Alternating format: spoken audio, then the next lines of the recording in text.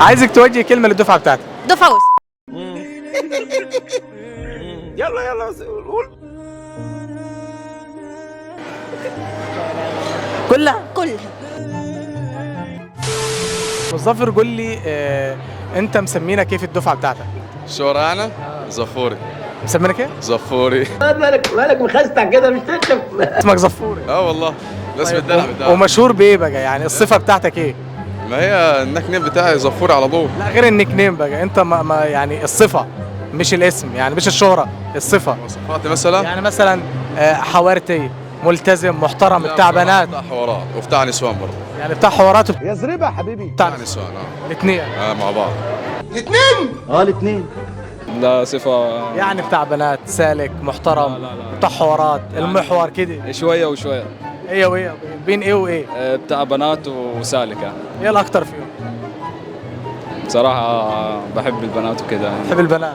يا فرحة امك بيك. انا والبفه بتاعتي طبعا. انت ايه؟ انا والبفه بتاعتي احنا معروفين. هو انت قلت ايه انت ولا عملت ايه انت ولا؟ اسمهم شباب دار السلام بتوع البلابيش. اسمهم ايه؟ ده ناقصين لمخه في الكلام. شباب دار السلام بتوع البلابيش. ده الشهرة بتاعته. لا. وانت بقى كاسلام الفاو مشهور بايه؟ انا بيقول لي اسلام مستريح. هتاخد فلوس من الناس يعني؟ لا يا باشا انا نصاب محترم. مش كده يا ريت، بس انا مش معايا حاجه. امال ايه مستريح؟ مش عارف. صدقني انا لو اعرف اقول لك. بالسلكان عشان نيتي صافيه الحمد لله يعني. سالك؟ في حد سالك يقول على نفسه سالك يا هريد؟ انا طبعا. انا دم خفيف على قلبي قوي، بحبني موت.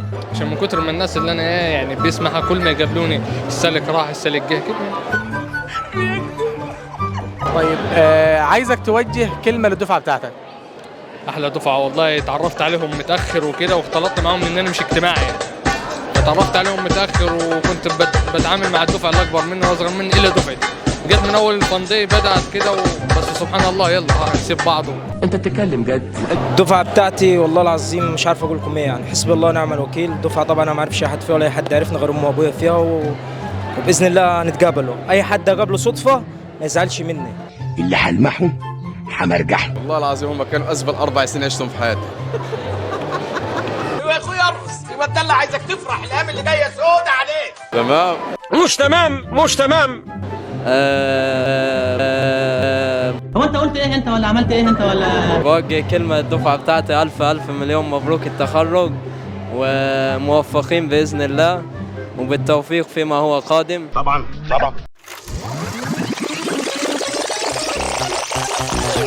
مهاب احد افراد شركه ترند ميديا، الشركه المنظمه للحفل. عايز تقول حاجه مهاب؟ ايه؟ حفله زي الفل والمنظمين زي الفل، كل حاجه 100%. تمام حاجه هوا بعد بس كده؟ امال حضرتك فاكر ايه يعني؟ مش روح يا مهاب. كم واحد كويسين؟ 3. انت ضحكان لي يا احمد. مين ده؟ ده واحده كده لقيناها ساكنه في الشارع. مين دي؟ الدواني مع الملاحات.